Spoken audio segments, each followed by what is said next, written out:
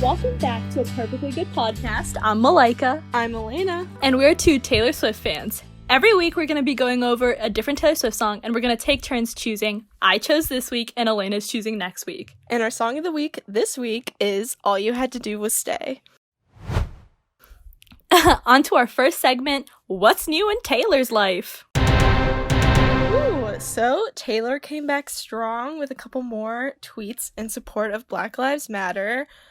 This one was a bit more general. The last one was, like, adding Donald Trump specifically, which, like, I love for her, but, like, I also love she's getting, like, deeper into the issue. So she had 3 tweets. First one, racial injustice has been ingrained deeply into local and state governments, and changes must be made there. In order for policies to change, we need to elect people who will fight against police brutality and racism of any kind. # Black Lives Matter. She's such a queen for that. I know. Oh my god. And then she also tweeted an article written by Barack Obama. She said, "This article written by Barack Obama is a fascinating read about changing policy at the state and local levels."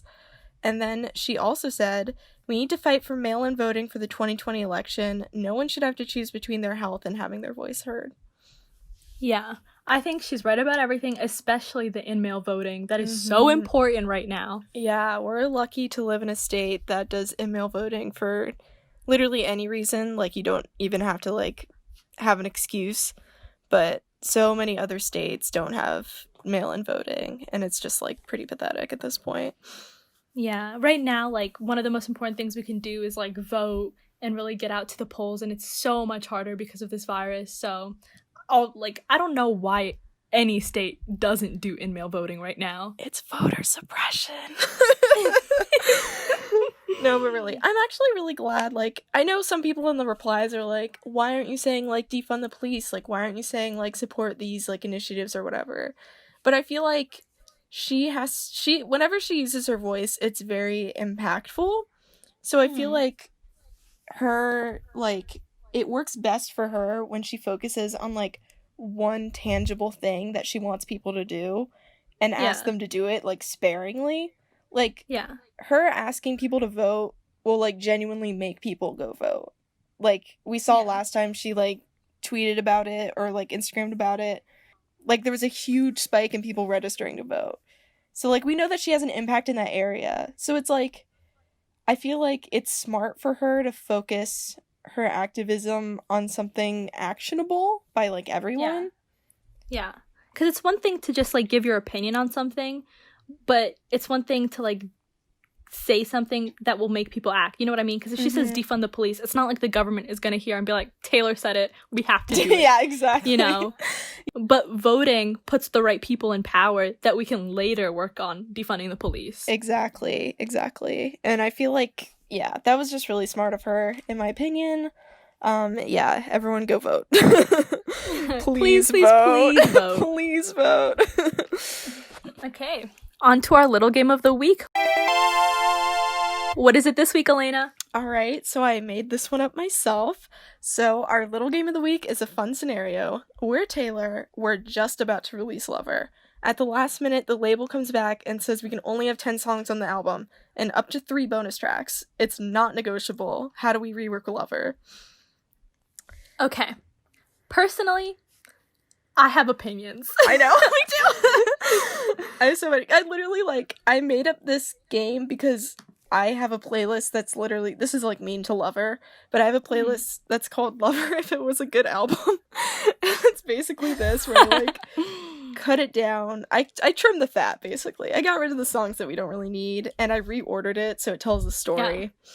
Yeah, there's definitely, like, this sense in Lover. And again, another thing that we were talking about is this idea that, like, we don't understand Lover because we're not in love. Yes. And we haven't experienced the type of love she's in. We were just having a conversation about this today because our other wonderful Taylor Swift friend was, like, texting me, and she's like, I understand Lover so much better now because she, like, just got into a relationship and it's, like, really lovely or whatever. And I was like, oh, good for you, I guess. Couldn't be me. Yeah, literally. I was like, okay, I guess I just can't understand Lover now. Yeah. I'm excited to see how Lover feels when I'm in love, and if the songs that I think are fat now are, like, actually good. But there's a, like, I feel like to its core, Lover is a really good album that just has so much extra mesh around it. Yeah, it's just, for me, there's so many songs, and, like, not only are there so many songs on this album, it's, like, one, that's overwhelming, but then also the order of it is just insane. Like, the transition from, like, what is it? It's, like, London Boy, False God. It's, like, London Boy, Soon You'll Get Better, False God. Like, what is that? That's, like, I had emotional whiplash, like, listening to that the first time. Like, the order needs to be changed. I get that it's supposed to be, like, a collage of, like, the different types of love or whatever, but, like, it just, something needs to change. Yeah, no, I definitely understand. How would you rework it? All right. So I have a little, like, story worked out in my head. So we start out with Death by a Thousand Cuts, because it's, like, the breakup. It's, like, I know Taylor likes to, like, follow these songs based on her life or whatever, which, like, I get. But I think the only way to tell a story with this album is to tell a story that maybe isn't necessarily true for Taylor. Yeah, So, I get what you mean. Yeah, so, like, I start out with Death by a Thousand Cuts, like, she just broke up, like, it's, like, terrible, it's so sad. Then we move on to Cruel Summer, like, she's like, okay, I'm just having this, like, fling or whatever, but oops, now I'm in love. And then we move on to London Boy, it's, like, cute, it's fun, it's, like, carefree, it's just, like, really chill. Like, we know that Taylor is obviously in a committed relationship, but, like, London Boy feels a little bit more non-committal than some of the other songs. It's not, like, super heavy and intense. Yeah. And then, but it is a bop. I do love that song. Oh, it is a full bop.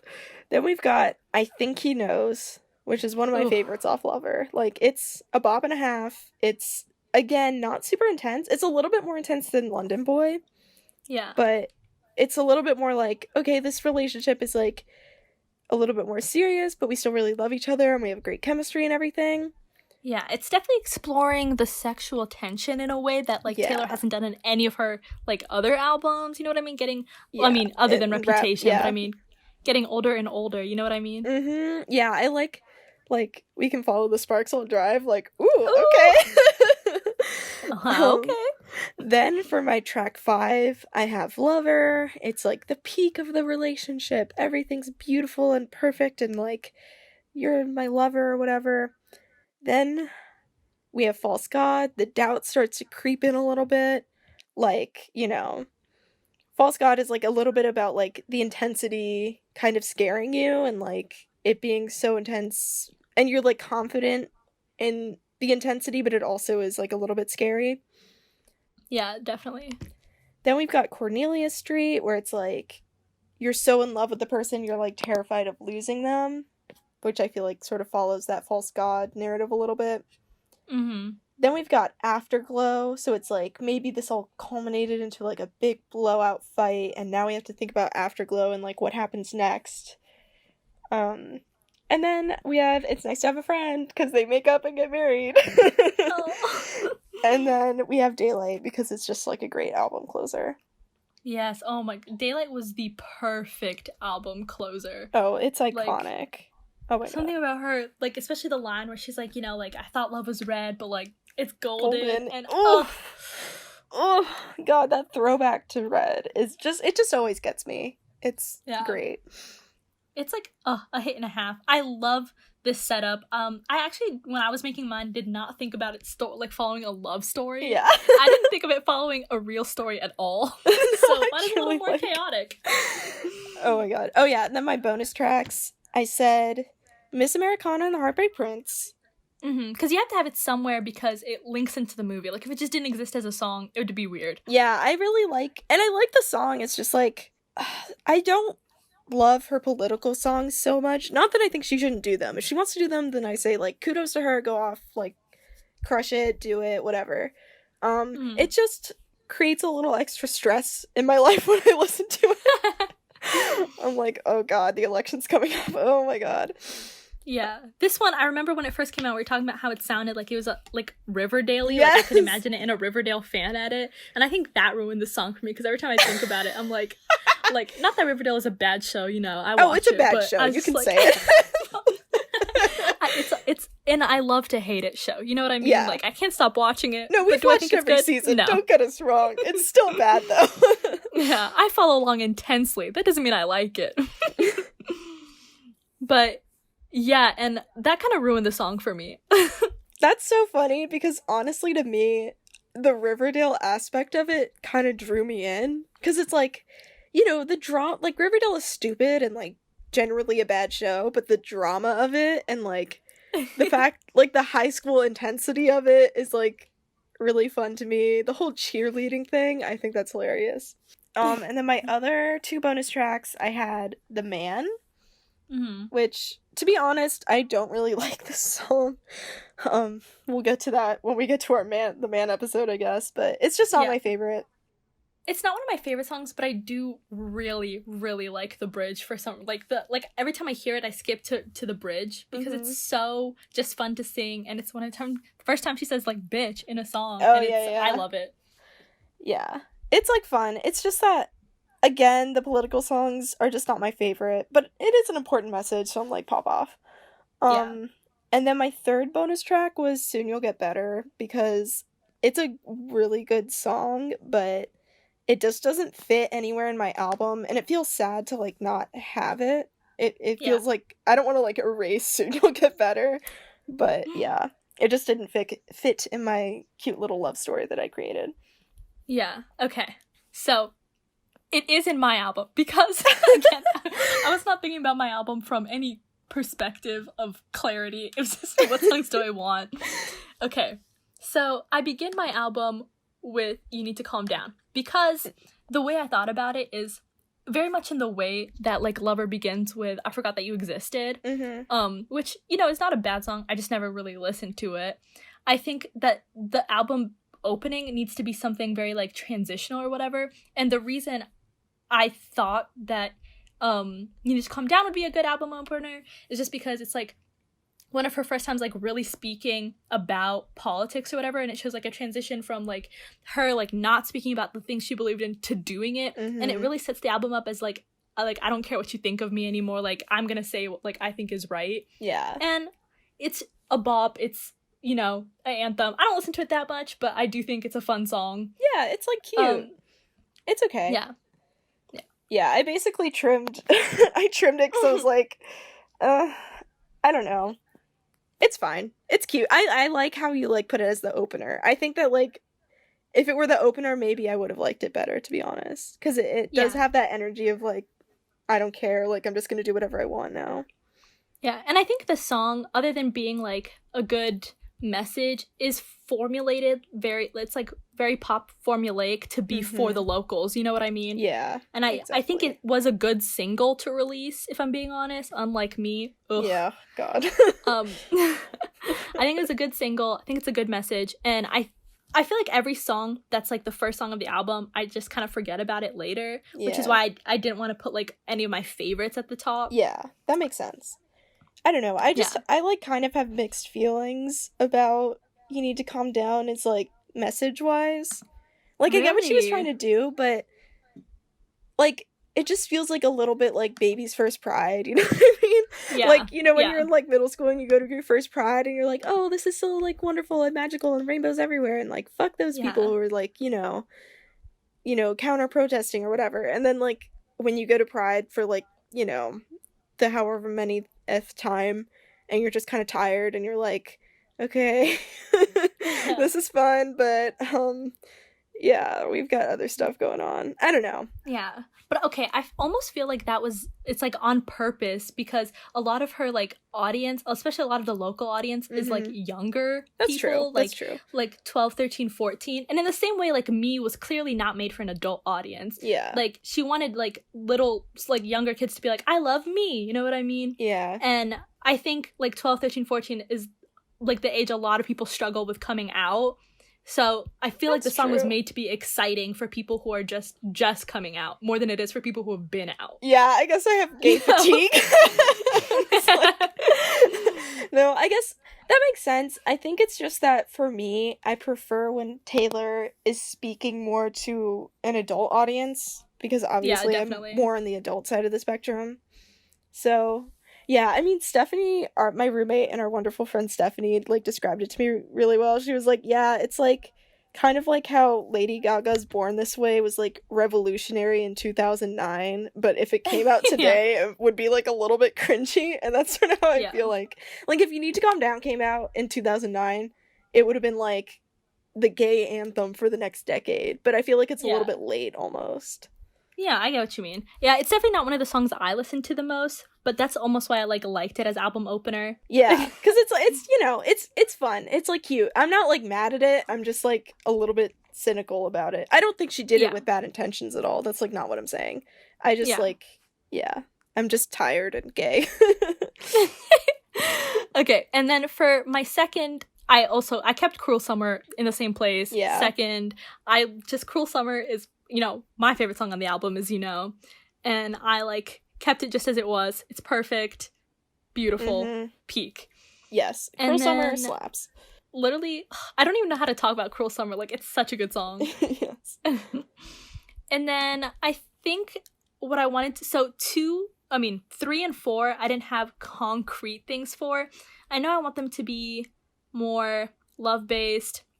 I liked that you did London Boy and I Think He Knows there, because those are just very fun songs. Yeah. I think that I would probably do Paper Rings. Yeah, I cut Paper Rings. I don't know. I literally love that song so much, and you do not at all. I just don't like it. I don't know why. There's nothing wrong with it. It's a cute song. I think it's just that Lover as a whole is just too long, and I'm like, I can only pick 10 of these to love. Yeah, I said for 3 and 4, yeah, okay. For 3 and 4, I'll go with Paper Rings, and I think I'll keep London Boy. Yeah. Yeah. Okay. 5, I wanted to put Lover because it's kind of the most thematically that fits there, but I also like this whole theme of the 5th track being the saddest one. And, you know, the 5th one currently is The Archer, which I don't like. And yeah, we both you don't like The Archer. Sorry, Archer stans. It's not our thing. It just, there's no crescendo. I feel I'm waiting for something to happen in the song and it doesn't. But I did want to keep track 5 a sad song, so I put Soon You'll Get Better as track 5. That actually works as a track 5. Yeah, it takes out of the cohesiveness of the album, but it keeps with the with the tradition. Yeah, I like that. No, because I was thinking when the album first came out, I was like, I don't know what should have been track 5, but I don't think it should have been The Archer. Yeah, I put Soon You'll Get Better. I think Soon You'll Get Better is a good pick.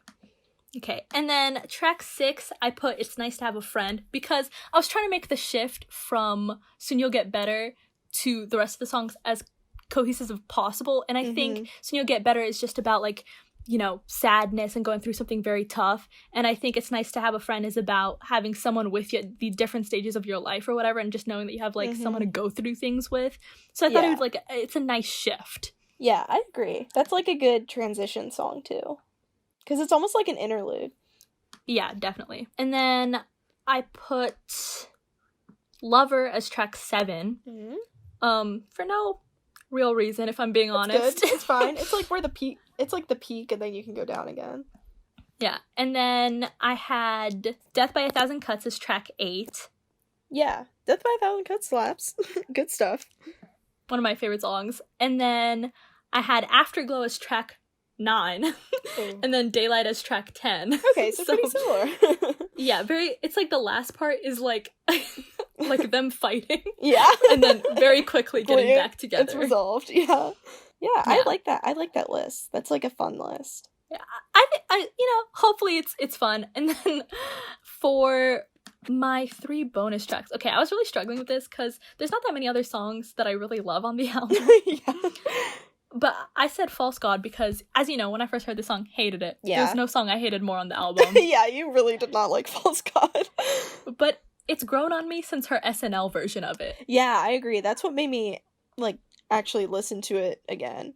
I also think False God was unfortunately placed, because I remember listening to the album for the first time False God, the middle of False God is where I started getting a little bit of, like, fatigue. And I was like, okay, Yeah. I am ready to be done now.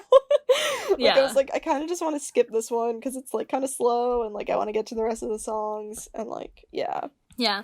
And then my other 2 bonus tracks are I Think He Knows, which I do love as a song. I just didn't love it enough to put it in the top 10. Yeah. And The Man, because I don't love the song, but again, following the theme that, like, some of her songs are for, like, younger people who are local, I think it's an important message for younger people to hear at some point. It's, like I said, I like the message of the band. I think it's important. It's, like, cool that she's putting it all out there. It's just not a bop for me, you know? Yeah. I don't personally listen to it, but I think people should. Yeah, exactly. It's like everyone should hear this at least once. Yeah, definitely. All right, so is it time to move on to our song of the week? I think so. In case y'all forgot what it was, we're doing All You Had to Do Was Stay as our song of the week.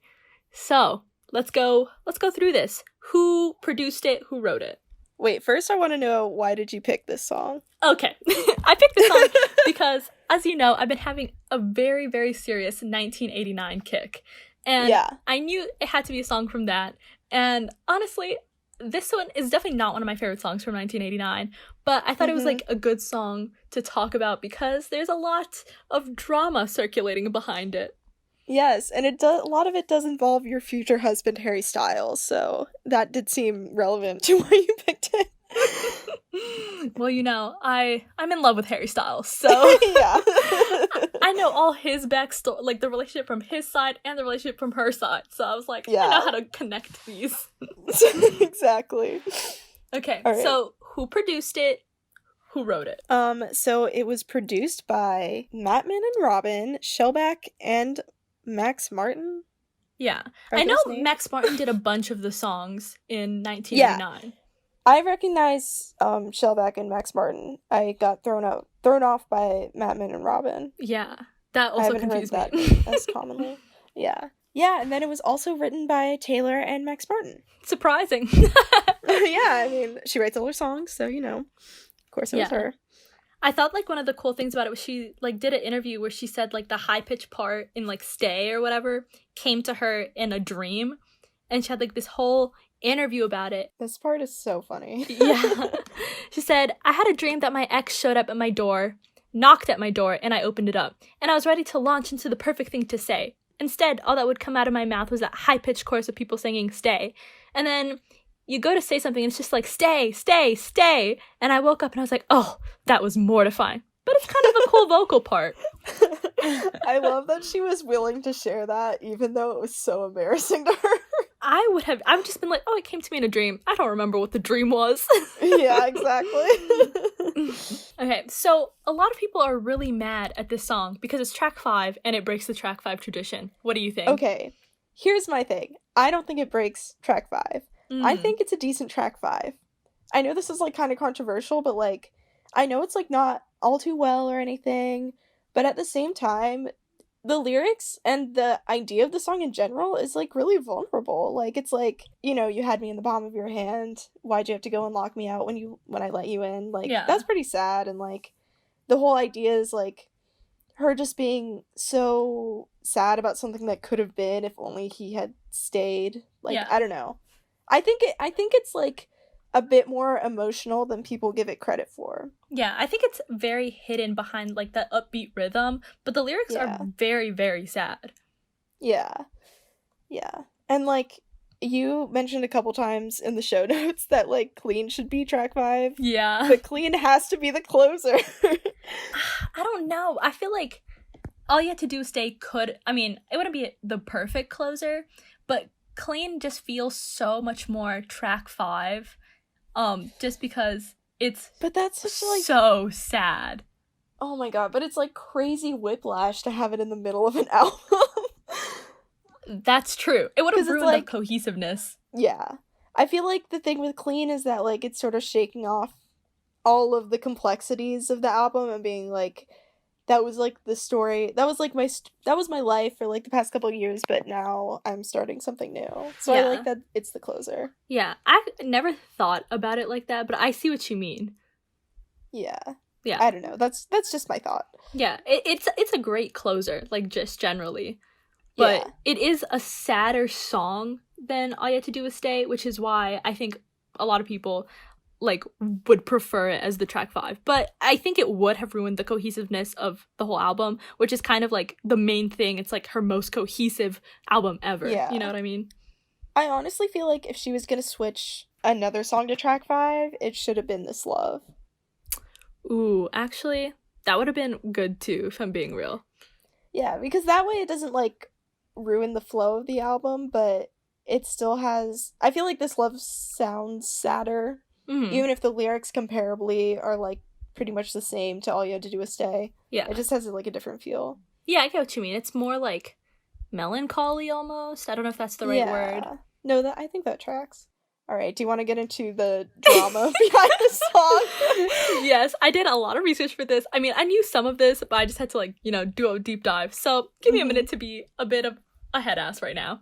Oh my god, I saw this on the notes and it literally cracked me up. So, unconfirmed, technically, but I believe that this song is about Harry Styles. This is why.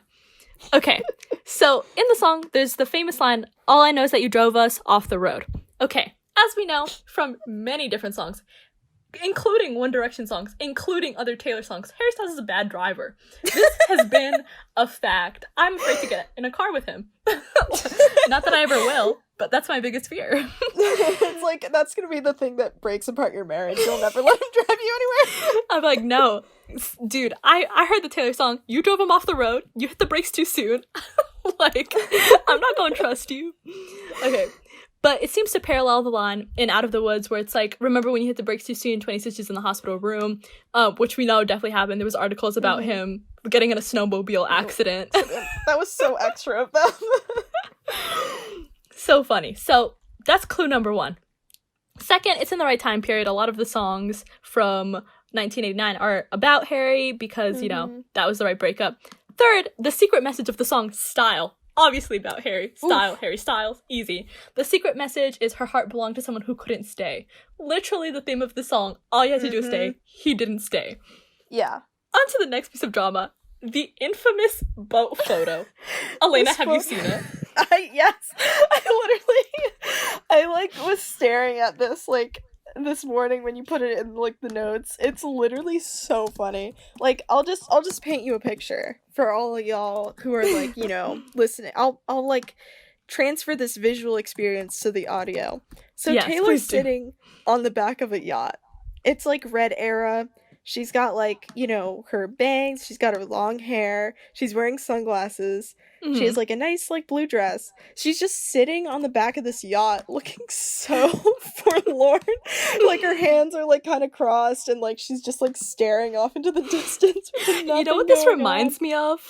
What? Literally when I saw this, I was cracking up. And I was like, this is the white version of the meme of New York. Tiffany, on the bed, hands in her lap, looking sad. And there's, the rich white version.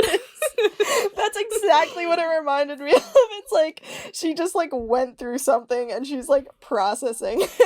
Yeah. Oh and she's, wearing sunglasses and everything. She's either hungover or she was, crying. It's a very emotional-looking photo. I almost feel bad because, I do feel bad laughing at it because, obviously she just, had a very emotional moment and then the paparazzi captured her, but truly the staging of this photo is very funny.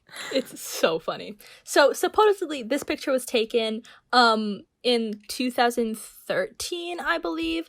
Don't remember the year, but Harry and Taylor were on vacation for New Year's in the British Virgin Islands, and they were supposed to be there for I think 2 weeks, but she left super out of nowhere really early on January 4th, right? And unconfirmed, but everyone says that they had a huge fight and she ended up leaving the next day, didn't say anything. And apparently Harry moved out of the hotel that they were staying in together to stay with a friend, and he spent the next 3 days partying. There's several pictures of him out at different clubs, talking to different people, looking like he's having the time of his life. Oh my god. Just chilling. That sucks. Okay, but here's my question for you. Mm-hmm. Are you done with the clues? Yes, pretty much. Okay, here's my question for you. The song is called All You Had to Do Was Stay, but Taylor's the one who left. Okay, but I saw this one tweet, literally, okay, I don't fully understand it, but there's, on L, when they reported this, I think maybe they were supposed to go somewhere together, and he just, like, didn't come to the boat or something, because I saw something that was like, all you had to do was stay. Harry, all you had to do was stay on the damn boat. So, was he on the boat? Were they leaving together? So many questions. Okay, yeah. I like, believe you. I bet it, I'm very sure it's about Harry Styles. Yeah. As, like, from your evidence. But there's also speculation. I don't know if she meant, like, physically stay, or, like, stay or, like, in this... emotionally. Yeah, because, you know, in Style, there's that part where she's like, you know, I know you've been out and about with some other girls. Oh. What if he was out there cheating? And she's like, all you had to do was stay, like, all with you had to me. Do was stay true. Yeah, like, you're the one who wanted to leave. You're the one who wanted to be with other people. Oh, I actually really like that interpretation. That, like, makes... I like... It, like, adds another layer to the song, almost. Yeah, because, okay, in Harry's new album, Fine Line, there's several songs where he alludes to the fact where he's like, you know, it was my fault, I was he's like, it's all because of the drink and my wandering hands. So I think that he's been a bit of a cheater in some past relationships. They basically flat out say it in Style, like you said, so. But it's interesting to also hear him say it in his own song, that he is the cheater. Yeah, it's like confirmation. But, so, I think that's part of it. And then, okay, this is the funniest thing. I couldn't find the picture to show it to you, but he is seen at the airport at Heathrow the day that he left the islands, and he's, like, on the phone, and he's looking really mad. And everyone, like, was reporting it as, like, him calling Taylor or whatever, and, like, asking her to be back together with him, because he had looked so happy the 3 days. He was partying it up. Only at the airport did he look sad as hell. And I like to think that, like, this song is, like, how she would have responded to him on the phone, you know what I mean? She would have been like, look, all you have to do is stay. Like, I don't know why you're the one who, like, is mad at me. Like, why are you the one calling, like, acting sad? Yeah. I like that interpretation. I feel like I've seen that picture before too. Like, I can kind of picture it in my mind's eye. Yeah, it's just funny. You know, I will love my man Harry, but he did Taylor dirty, clearly. Yeah. I mean, it was also kind of weird. Like, I feel like there was kind of a weird age gap between them. Like, it seemed like Taylor was, like, a couple years older than him. And, like, maybe she was ready for something a little bit more mature than he was. Like, not to speculate on their relationship or anything, but I don't know. Yeah. I can believe it. He was 18. Like, yeah, he's our age. Like, she was 23. Yeah, that's a little sus. I don't know. Yeah. Dude, I don't know. I don't know. Standing my man, but, you know, maybe don't cheat. Yeah, perhaps don't do that. Yeah. So what are your thoughts on the song as a whole? So, as you know, 1989 is not my favorite album. I think it's good, but I feel like her insistence on being so cohesive sort of made a lot of the songs sound very similar to me. Like, I constantly get this song and I Wish You Would mixed up, like, when I'm singing it in my head. Yeah. And, like, sometimes, like, how you get the girl, like, gets mixed in there. Yeah. This song is sort of the epitome of why 1989 isn't my favorite in that way, because it's the one that gets lost every time I think about it. I'm like, it's just the one that's rhythm always, like, doesn't quite stand out to me, if that makes sense. No, I get what you mean. Yeah. But that being said, like, it's still a bop. Like, I'm not gonna skip it if it comes on, but it's not like I don't like the song. It's just that it's a little bit too similar to some of her other stuff for me that I like better. Yeah, no, it makes sense. I kind of agree with you there. I don't love the song. I really like the bridge, again, because it's a very, like, different bridge. The bridge is awesome. I really like the bridge on this one. Yeah, and I like the fact that it's, like, this contrast of, like, these super vulnerable, super sad lyrics.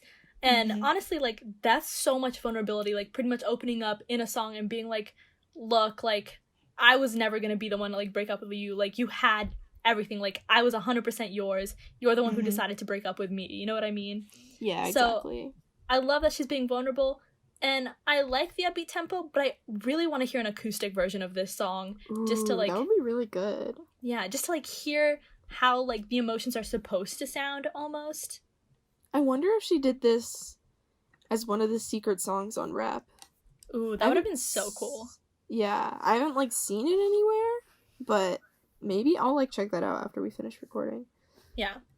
So, as you know, there's no music video for this song, but if there was, what do you think it would look like?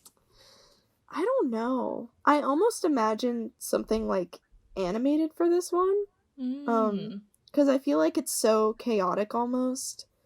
It would be fun to have, like, I don't know how to describe it, but, like, things, like, folding into each other a little bit, like, dissolving and, like, rebuilding. Like, sort of like, that Arctic Monkeys music video, Do I Want to Know, I think. Where it's, like, all cartoony and, like, line drawings. I think that's the right song. I'm, like, not 100% sure. Yeah. No, that would actually be really cool. I like that. Yeah. I don't know. Yeah. I mean, like, I'm not super creative, like, when it comes to stuff like this, but that's just sort of what I would think it would be like. Yeah.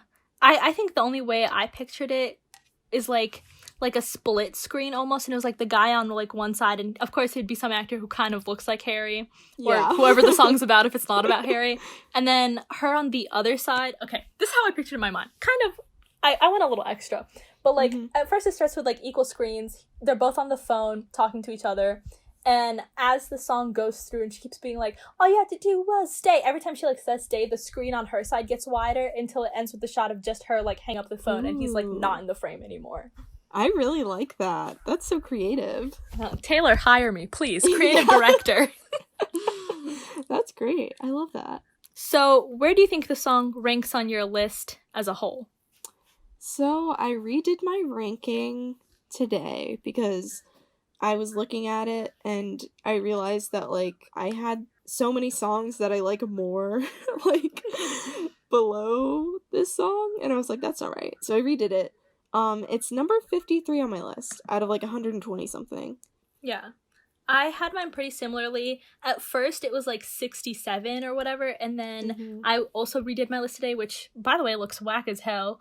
My list is on something right now, but it ended up being 55, which is, you know, very close to yours, and I was like, yeah, like, that feels like the right place right now. Yeah, exactly. I feel that. All right. So, is that it? Is that all we got? I think that's all I have to say. Do you have anything to add? Nope. Except that I've been thinking about the song for next week, and I'm pretty sure I know what it is. Okay, what are you thinking? I really want to do Ready for It. That would be such a fun song. Because it's one of my favorites off Rap, and I did a film project where I made a music video to it. And I don't think I've ever showed it. I haven't showed it to you yet because I said I was going to and then it was embarrassing, but I still want to see it. Yeah, it's like, it kind of slaps, but the beginning is like cringe.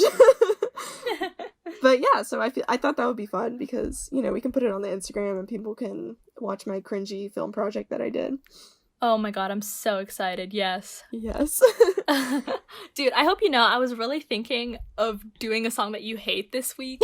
And I was like, should I do that to her? I think it's a song we want to do earlier just because, like, I don't know if you'll want to do it once we get into the groove. But I was going to do the Lucky One. I'm gonna get because if we do the Lucky One this soon, people are gonna hate me because that's such a beloved song. Like, yeah, we'll do that one later. But you know, I love the Lucky One. Okay, it's actually kind of warming up to me a little bit. It's still not my favorite. I think I did like my list today, and it actually ended up being like surprisingly higher than I thought it was. Yeah, it's like my number 24 or something like dang. that. I really, really love the Lucky One. Yeah. Wait, hold on. I remember it being higher than I expected. Because the last time I did my list, the Lucky One was like all the way at the bottom. Just so mean. I feel like my bottom right now is just like the songs I can't even remember the words to. Yeah. And then like Me and Look What You Made Me Do. Yeah, literally.